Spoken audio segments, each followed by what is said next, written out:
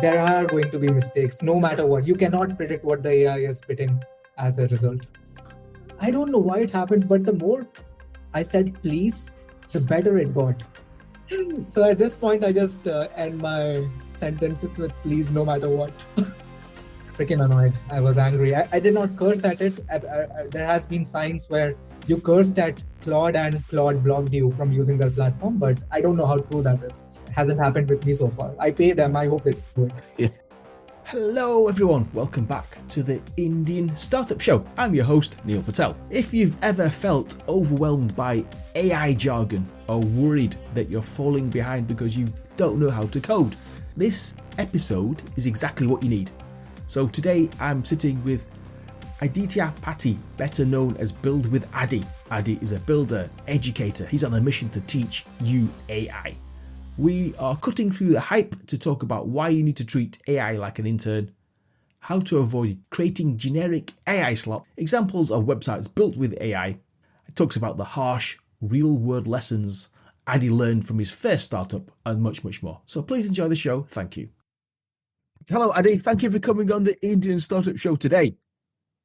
Thanks a lot for inviting me, Neil. I mean, we were just talking about how people mistake you for the other person, but I'm so glad to see that you are on the other side. So happy. For those people who don't know you, who are you? What are you actually building? Absolutely. So my name is Adi. People call me Build with Adi. There's a huge story around this name. I'm going to share that soon. But I have been educator for a really long time. I like building stuff. I have been building since I was 10. I got into education because I wanted to teach non-tech folks how to build. The journey had started 4 to 5 years back, where there was this era of no code. Everyone could build, and then suddenly AI took over, and yet the thing has not changed. Everyone can still build. So I like to enable people to build things, no matter what tech you're using, no matter what tool you're using. I think everyone should be able to express themselves by creating. How's it going? Can you share some stats, perhaps? In the last 3 to 4 years, we have covered, I think overall, we have taught more than 7,000 or 8,000 people, but personally, we have mentored 2,000 plus students. But if you combine all the things like workshops, university visits, webinars, and all those things, the number reaches beyond 7,000 to 8,000 folks who were either from the product background, design background, student, someone who has never touched code. Even if they are from the tech background, at least no code and AI is helping them create things faster. So I think this age is beautiful, where expression has been given so much input. Yes, 7,000 to 8,000. How do you feel about that? Those numbers? Is that what you expected when you started? Not at all, man. So I started a simple no-code community in 2022. And I thought I will just hang out with my friends, and it will be like 7 or 8 people inside that WhatsApp community. And we are just going to enjoy building it together. I could not even imagine when this number reached more than 700 inside the community. And everyone was just helping each other. It was so active. I also started taking few tinier webinars in those days, and 10 or 15 people used to attend, and I used to enjoy it a lot. And suddenly when I decided that, all right, I want to go all in on teaching, that's when the magic happened. I could not have imagined these numbers. I could not have imagined. It was all like 2023 to 25 was a complete dream, man. It was like living a dream. Living the dream. Wow. Okay. Let's talk about AI then. What would you say is like the biggest mistake people make? Start using AI for the first time, as it were. Do you remember the age of Notion, where everyone was crazy about getting Notion templates? Yes. Someone would just post it on Twitter, and we would just hoard, and we would just take all those templates, and we would never use them. AI is creating that sort of hype right now, where we are going crazy about grabbing somebody else's prompts or skills or end-to-end workflows. It's all over the internet. We just don't use them. In most of the cases, we just grab them. It's like bookmarks. You don't go back to your bookmarks. The biggest mistake I've seen people do or make is we expect AI to grab a perfect answer within the first prompt, but that almost never happens. Let's say that I want to create a website, my own personal website, my own portfolio website, right? I can't just go to Claude and say that, hey, can you create a portfolio website? It's going to have these 3 buttons and this is the color I want. No, You literally have to give it lots of information about yourself, what kind of structure you want, what kind of copy you exactly want to create, where do you want each element to be, because AI is just, it's just creating what you are asking it to do. If you are just outsourcing your thinking to AI, in that case, it's not going to do a good job. So, and even when you prompt, when you press enter for the first time, you're not going to get a good result. You have to improvise on it, maybe ask it to create the same thing 3 or 4 more times, analyze what makes sense, and come up with the final output. I think people are expecting a lot out of AI. It's a beautiful tool, but it's, I'll say it's a very good intern, a very good system that can execute for you, not think for you. The hype is all around AI replacing the thinking process itself, which I feel is what people are misunderstanding right now. And in your class, do you obviously teach websites? Do you teach like how to create videos, music, films, and things like that? Oh yeah, oh, that's interesting. So we try to cover as much of executional angle with AI as possible. Let it be AI for content design, for videos, for creating workflows, for creating websites, applications. We are covering as many things as possible. And my approach has always been to not give too much emphasis to the theory, because what's happening is we talk about AI, and this is something beautiful, right? This is something beautiful and weird. The tech world loves creating fancy names for simpler things. Especially in the world of AI, you have stuff like MCP, RAG, harness engineering, and all those things. And I try to mention these terms in my classes, followed by a 10-minute session on me just giving them the definition of each of these terms. And the moment they hear all these definitions, they're like, what? Is this what we were missing out on? It was this easy. I was like, yeah, let's talk about agents, right?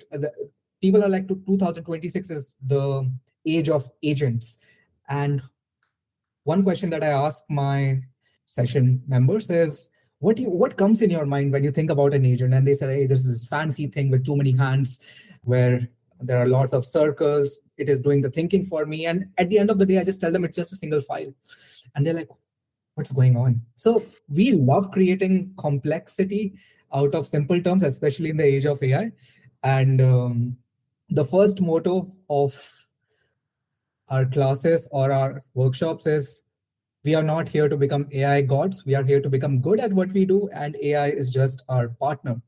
That's it. So 10% theory, 90% execution. That has been the motto all along, because I can throw hundreds of terms at you, but what's going to be important is when you actually just get your hands dirty and start creating something as small as an agent. And yes, agents are not a big deal. My next question was, what exactly is an AI agent? So it's just a file, right?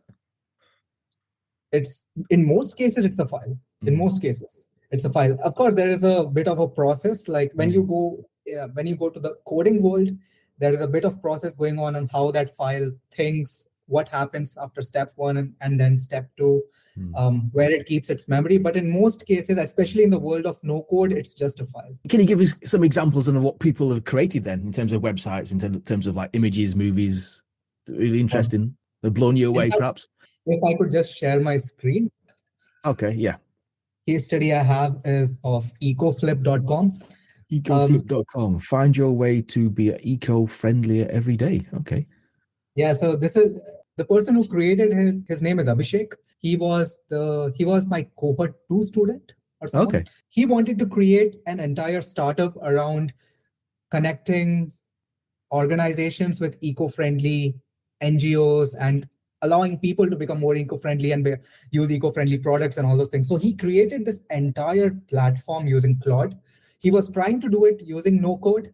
He spent around 2 months doing that, but AI is faster than no code, right? You don't have to manually go and add this search bar or add this button. He created this entire thing using Claude, where you could just go discover eco-friendly services in various cities around India. That's pretty cool. You can figure out products, lots of things, man. I mean, I'm so proud of how he just spent some time, created it, and he created his own branding agent, which if I share that branding agent with you, it's going to ask you questions for the next 3 hours. You need to talk to it, and it's going to create an entire brand file with you for you, Yeah. with your brand tone, your brand colors, your brand structure, everything. He used whatever process he used to create this, the branding of this website. He has open sourced it for everyone. Okay, that's Yeah. pretty cool. But in terms of the copywriting, then did Claude come up with these? So he wanted to keep as much control in his own hands as possible, because yes, Claude is good. It can do the execution for you, but he is the one who gave all of these copies. He is the one who created this branding, the eco-friendly. So everything is based on sea, waves, ponds, and lakes. So if it is creating a huge impact in your eco-friendly life, he has tried to create a metaphor of an ocean for that large thing. And if it's creating a smaller impact, it's like a lake worth of impact. So all of these things are his brand language. Let's say he wanted to update this website, because obviously on WordPress you could just log into WordPress and update like a database type thing. Can Claude can he just go into Claude and update it, or does he have to literally go into that? Let me show an example to you. So this is my current website right now. A very, very sexy picture of yourself there. Thank you. Front and center. It's the same shirt. Yeah, keep me the branding. I take it you did AI. We built the website with AI, right? Or did you do it yourself? So I designed it myself using Figma or Canva. I asked it to follow a certain type of design. For example, I would ask Claude that, hey, whenever you are in the hero section, the 40% part on the right-hand side should be my Vault of AI promotion. The 60% on the left-hand side should be my image. This should be my nav bar with 4 items. And then you need to take the entire width to keep my heading.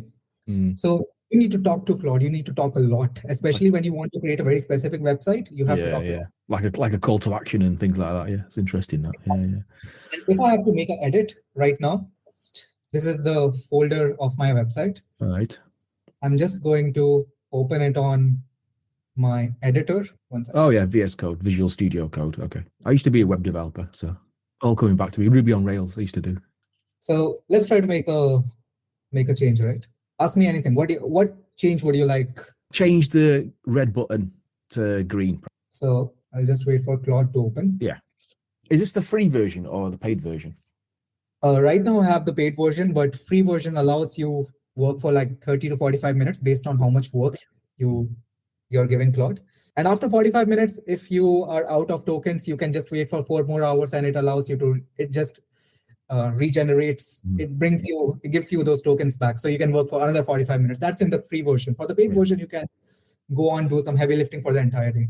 So if I just ask Claude that, I'll just change the model to something smaller so that it's faster. And I'll say, can you make the CTA button that says, get 1 year access to green color and run in local server. So just going to take a minute's time. Right process. So all I have to do, it's going to change this to green, and it's going to do that. I'm quite confident because it was an easier. So it's checking. It found some green tokens, green color in my branding, and it's thinking a bit. Is this HTML? Is it? Or is it? TypeScript right now. Okay. But whenever we are starting out with students, we encourage them to just use HTML, CSS, and JS because they should know what they are doing in most cases. Okay, I think we are done. I'm just running it in my local environment. Cue drum roll. Yeah, just a moment. Maybe 30 to 45 more seconds. It takes time, but it's okay. It's are you doing any classes at the moment then? Any plans to do any more classes? We have a 2-week program coming up on September 12th. Wow, okay. Where people could learn how to build their own automations, their own agents, their own applications. And most of the business owners, some folks who are in the product space in their current corporate roles, these are the folks who are attending this. It's a 2-week thing, 2 weeks of building, and then 2 weeks of hardcore building. 2 weeks of learning plus 2 weeks of hardcore building. So we don't want to just say bye-bye to them after 15 days, right? Because they have learned some concepts. We want to make them sit and make sure that they are creating stuff, because unless and until you don't create even a small thing, you won't appreciate AI that much, and you won't have the confidence to go back home and do it with your own hands. So we make sure that they build. Let me know if you would like. Oh, it changed the color in some other page. Make it green in my homepage. So because I'm using a lower scale model, Yeah. it's not able to think so much. If I was using Opus, it would take double the time, but it would make sure that it does Make it sure well. quick. Yeah. Right now we're just playing with speed. So you could, if you wanted to add a video to this, you could. Yeah. I have a few videos. I've done that. So let me show you. Watch preview lessons, and if I click on this. That's gone green. Get your. Oh, there you go. There you go. Excellent. Thanks. Wow. Yeah. I should have asked it to make this line green as well, but it's okay. It's okay. I just want how fast it's quite fast. Yeah. And in some cases, you would want to give it like 3 to 4 things to edit at once and go on with your own day. And it would do it within 5 minutes. Come back, give it some more things, do your own work. It's like an intern. This mean a loss of jobs? Would this mean new skills? Does this mean I don't need a web developer anymore if I'm a sort of non-technical person? Yeah. I mean, there has been a lot of hype that people are going to get replaced. There's going to be loss of jobs. I have a different take on this, and this could be quite a controversial take. I feel that most of the people are not going anywhere. So what's been happening is AI is great, and we have worked in the depths of AI, and we have been using it for quite some time. At the end of the day, it's just a sentence autocompleter. And because when you write code is kind of predictable on what comes next. Like, let's say that you are writing a for loop. You know what is the syntax of a for loop. You know what variable is going to come. So when it comes to code, yes, it's going to, it can actually write some good code. But there has been lots of companies that marketed AI a little too much. Oh. Claim that, yes, it can replace everyone. It can do a lot of things. And in most cases, you will see these are the folks who are in the management roles in various companies. And because sometimes they do not know what tech can or cannot do, but the AI hype is so much that they feel obligated to introduce it throughout the organization, that these companies, these AI platforms are marketing it as like it's the end of the world. These people are taking it, and when they try to introduce it, it sometimes does not work. Introducing AI inside your organization is not as easy as it sounds. So even when it comes to creating products, creating websites or applications, you can create a good looking design. You can create a good looking, a decently working workflow. You can do all of those things. But when it comes to security, when it comes to scaling, when it comes to making the tech infrastructure, I think we still need people. AI is not there yet. But if there is a person who has all of this knowledge of scaling databases, security, he can make use of AI and get things 10x faster right now, provided that they have the ability and they have the knowledge.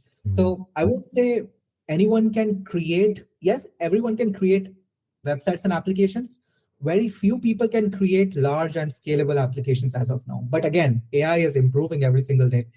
I wouldn't be surprised if next year Claude comes up with an entire infrastructural ability where it creates your website, it pushes your website to hosting service, it also helps you with load balancing, databases, scaling, and all those things. I won't be surprised. It's improving, but yeah, man, it's a very gray area. It's a tough question to answer, but I have, like, based on the current situation, I would say AI is as good as you, or as like, if you know what to ask AI, if you have that knowledge, AI in your hands is more dangerous than someone else who is not a web developer.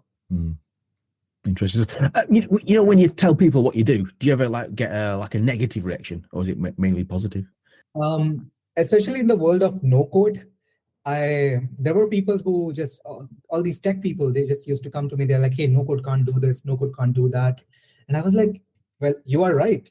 I have not been an advocate for a certain technology.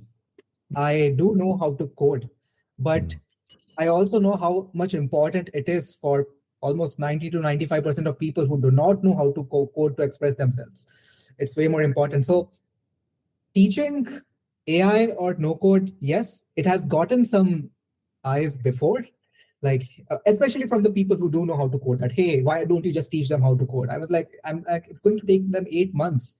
Their main role is not to code. Their main role is to make their business work well, or to just get their portfolio done in the next 2 3 days, because there are much more important things than just sitting and making your website. And it's so funny that the moment AI came up, we used to get a lot of dopamine by just building stuff and not marketing or selling.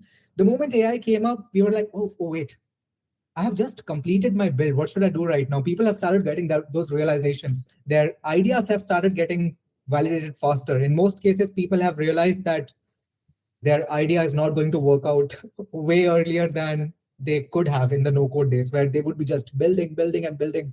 And when they would launch their product into the market, they would realize, hey, it was not worth it. Oh, and obviously, when people talk about AI, they always talk about like AI slop. AI slop comes when you just ask AI to generate something without giving it a lot of context about what you want to get done. It's like if I had asked AI to create this website by just asking it to create a website in a single line or two. And most people, like for example, AI slop is a term which is heavily used in the world of LinkedIn, where if you go to your feed right now, at least it has reduced a lot at this stage. But if you had watched LinkedIn 2 months back, it was full of people who were like, hey, this is not the thing. This is the thing. You should not do it like that. You should do it like this. And you could just figure out it has been written by AI. So I feel, and this is just my take on this, that whenever it comes to creation, where human awareness is required, human expressionism is required. Like, let's talk about creating content, creating images, creating videos. I would say use AI to the minimum and try to express yourself as much as possible, especially LinkedIn or any of the social medias, right? You are there because it's you, it's not your bot who is supposed to take charge of it. And hence all of these social platforms are introducing systems that allows you to report an AI slop, or trying to reduce it in some or the other way. I don't know about Meta. Meta is introducing AI as openly as possible. They are like, hey, you don't have to reply to your friends, your AI will do it. They are the ones who are promoting it a lot, but platforms like LinkedIn, Twitter, Threads has almost no AI slop, because people get irritated if you try to use AI to write your stuff. They figure it out, they call you out, they bombard you with stuff. So you have to just use your hands and your keypad. I would say whenever it comes to human expressionism, try to use AI to the minimum, but please take help. I mean, it's a great system to take help from, not to just write a single line and generate and push it forward. You know, if you're from India, you're in a small village and you've got Claude, yeah, the world's your oyster, as it were. So if you want to create something using AI, then go for it. Yeah, no one's stopping you. I mean, see, AI has been enabling people to create lots of things. I do agree with that, especially. So let's say that if I was not a designer, or if somebody is not a designer, they just know how to market stuff. AI is definitely helping them get closer to that desired result. No doubt about that. So there are two sectors right now. One who believe that good design should be put forward in the market, and one who feel that I just want to design and market myself, even if the design looks bad. So I think there is no right answer over here. There is going to be a bit of heated argument between professionals and people who are trying to get closer to those professional results using AI. It's going to be there. There is no right answer. I have been trying to figure it out from the last 6 months. A very close friend of mine, he is an amazing copywriter, hates AI. You just talk to him for 15 minutes, you would hear all the swear words about AI. But what he hates about AI is the fact that these bigger companies are using books and other people's resources to train their models. That's what he hates about it. He does not hate the fact that AI is being used to automate workflows or to create websites and all those things. So there are all these sections, man. There are sections where And so when I talk about website, ultimately I'm generating something, right? Literally 5 minutes back, I said that I don't want you to generate things with AI, or I want you to keep it to the minimum. But when it comes to websites, I'm generating it. So when it comes to websites or applications, I I feel that code is kind of predictable. It has a very certain sequence. So for me, the process of creating this is becoming faster. But would I create a post or a book using AI? Maybe not. But would I use it to just correct my grammar here and there, or suggest me a few more paragraphs if I was writing a 50-page book on how to create good design? Maybe. Still a gray area. It's there is no right or wrong answer. People are using it. So if you're not good at something, of course, if you have been given an ability to get a little bit better at it, you would use it, right? So that's fun. That's exactly what you shared. Yeah. I use it a lot for research and analysis. So I was creating this. I'm still doing that. It's a long-term project. It's a audio and tech platform called Swarm, where Okay. so I had to teach myself wave physics of sound and all those things to try and research so that I can build this product. And if I was doing it by going through multiple books or research papers, it would have been very hard. Instead, what I do is I ask AI to teach me about, hey, I'm not able to understand this equation. Can you teach this to me in the next like teach it to me as if I'm a 5-year-old or something like that. It's been extremely useful. And what if I could have learned something 3 years back in let's say 6 months, the same thing, it just takes me like a week to learn at this point, thanks to AI. So there are various arguments on what's good and what's bad. Awesome. Last few questions then. What would your business look like in 5 years' time then? Man, I have a big goal. So 3 years back, we started so my first startup was called Era of No Code, where we taught all the people how to build anything using no code. And right now we have the same goal, but we are teaching AI. But the ultimate goal is people should be able to build. And this takes me back to a story, right? I mean, I had gone to a hill station in India, and there was a delivery app in that hill station which was run entirely on WhatsApp because internet was slow. Zomato and Swiggy and all these big players could not capture that particular town, and he figured out a solution for his own people. And the problems being faced in hilly areas or in low network areas is very different from the problems we are facing in cities or towns. And even the business models are different in those places. So I really wanted to, and we almost reached this goal, I really wanted to create an army of enablers who could build for various businesses, for their state, for what really matters on ground, not what you're just supposed to create and sell to B2Bs, but solve the problems of the 90% of the population who are actually on ground, who have limited tech access, and teach them on or make their life easier with tech and tools. So in the next 5 years, I would love to create, and we are very close to that goal right now. I would love to create a group of X number of folks in every single state. Right now, we also got in touch with an educational company in London. It's called 100 School. And we are in talks with them to expand this goal, not just to India, but to various other countries as well, where we are, and we call it AI enablers or just enablers, where people are getting trained on creating platforms, automation, so anything that can make somebody's life easier and just going ahead and helping people. So that's my goal, man. That sounds really exciting. I know it's a huge thing. It's a big dream, but somebody has to do it, right? So Are you a solo entrepreneur, as it were? Right now, I'm a solo founder.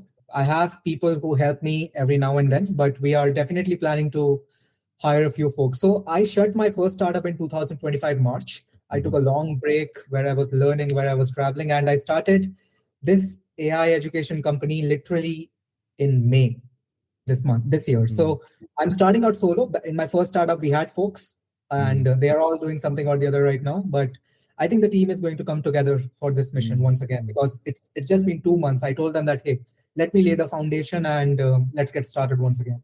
How did you feel about shutting down that startup? Bad. It was my first startup, right? So lots of mistakes, especially in the field of education. I did not want to make people feel that I'm not giving them that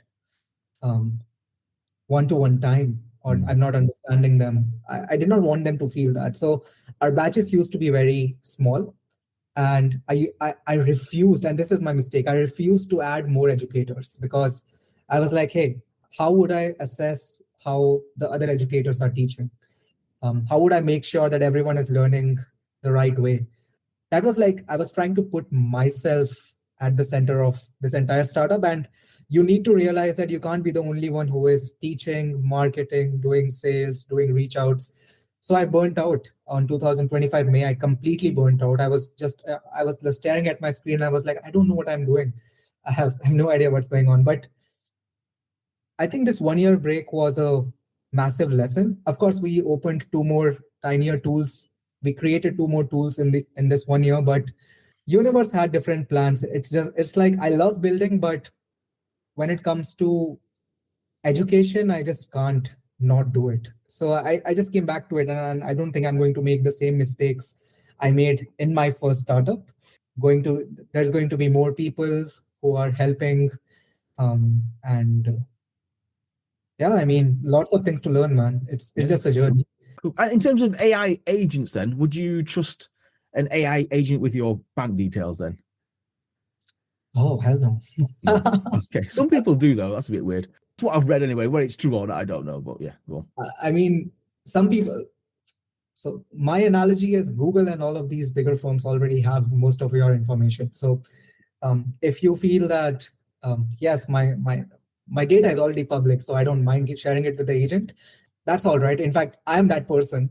Of course, I don't go all the way till sharing my bank account number and all those things with AI. I still be a little cautious, but if you create a very good boundary, a security layer around your AI, which makes sure that whatever data you're sharing with it, it gets hashed or something happens to it so that people are not able to see that, that's okay. But ultimately, you are giving a number to that chat box, right? So AI knows it.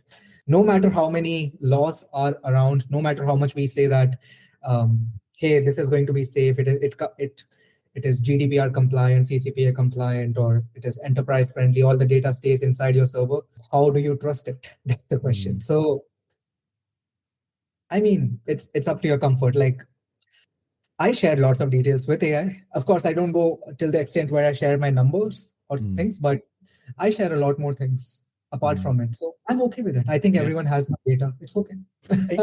In terms of tools, then, obviously a big three: Claude, ChatGPT, Google Gemini. Does it matter which one you use, or in terms of coding, is it one specific tool that's better than the other tool, as it were? So I'll say Codex and Claude are doing amazing when it comes to coding. Claude Code and Codex. Gemini is like, it's a decent model for, it's not the best. Like Claude could be good at something. GPT images can be good at something. Gemini is like just there. It allows you to do all of these things, but you may have to compromise in various angles. And GPT images are amazing. Like the new model that they launched just now, GPT images 2, it's creating some hyper realistic thing. And yes, it costs way more than the other image models, but the output is there. So I will say, and Claude cannot generate images. It's in their guideline. It's in their company guidelines to not generate images. They don't want to mess around with anyone's faces or something that might be bound by copyrights. So they are like, no, we are not going to deal with images at all. Let us deal with things in text. So Gemini and ChatGPT allow you to make images. ChatGPT is definitely way better at it. In terms of tokens, then, do I need to be worried about how much tokens I'm using then, or? It does matter, and you need to be. So right now you saw that when I changed the color of this button, I used a smaller model because I did not want it to think for longer or use more tokens. So if it is something related to a complete design overhaul of your website, you would want to use a better model. You would want to give it more context, and hence it would consume more tokens. But if for tinier detailing or for tinier edits, you can use a smaller model. It will not consume as many tokens as you feel. So I think knowing when to use which model can save you a lot of time. And there has been lots of skill files that actually reduce whatever you asked Claude to do, and hence it consumes lesser tokens. So yeah, be mindful of tokens. It's everything in the world of AI. Okay, cool. So any advice for our solo entrepreneurs then? What should they be focusing on? Well, this is hard. I'll say embrace your wins, embrace your failures as much as possible. Just be honest with yourself. Because right now I'm able to talk about why I shut my first startup, because only when you try to convey it or you speak it out loud, you are able to grow. If you try to keep too many things stacked up inside you, there is just no growth. And it's just such a beautiful time. It's just such a beautiful era where AI is allowing you to become or hire a marketing intern, a sales intern, an automation intern. It's not as hard as you're thinking. There are just too many complex words flying around the world. But trust me, once you just get your hands dirty with just one small AI video or just one small AI community, you will get the groove of it, and you will start realizing it was never so hard. AI is actually enabling you to do it. So go all in and just be honest with yourself. Don't, and just speak out as much as possible. It helps a lot. Yeah, definitely, 100%. Last question then, for people who want more information on you, and if they want to sign up to the courses, how do they connect with you?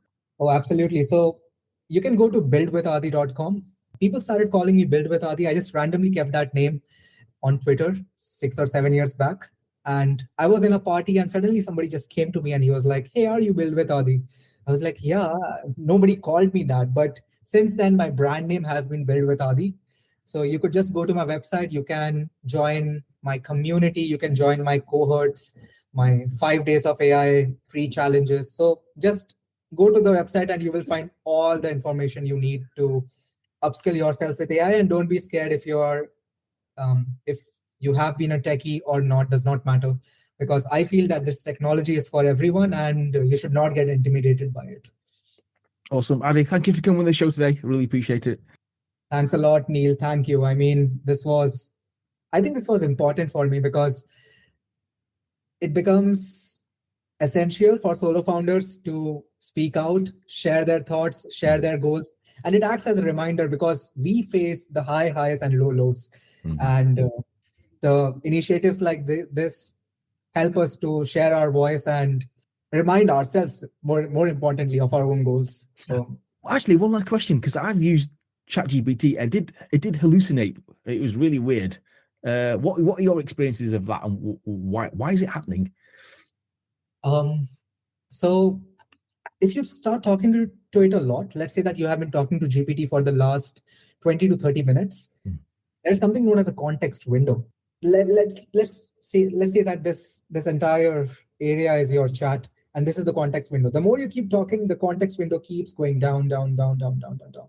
So the next question that you ask, it's going to forget what you spoke of, at least in the initial stages. So because the context window only remembers this much of the conversation, not this big. So that could be one of the reasons it hallucinated, but in most cases, you just cannot predict it. At the end of the day, it is a sentence autocompleter. So no matter how much you improve your model, how much you improve your system, there are going to be mistakes, no matter what. You cannot predict what the AI is spitting as a result. So we don't know the answer. We don't know the answer. Oh, God. What was it like when it first hallucinated on you then? I was like, "Hey, come on, man. I asked you to do this tiny thing. Please, please." So I don't know why it happens, but the more I said please, the better it got. So at this point, I just end my sentences with please, no matter what. That's the tip there. Yeah.